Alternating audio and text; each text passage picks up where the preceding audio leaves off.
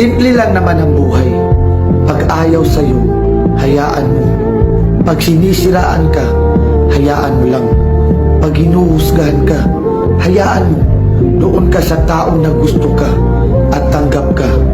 Dapat maging proud ka sa sarili mo kung sino ka at kung ano ka.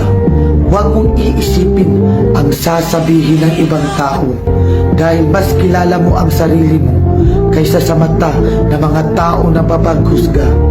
Di ba may kasabihan?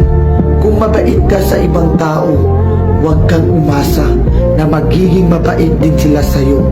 Dahil katulad ng kamay natin sa daliri, hindi pantay.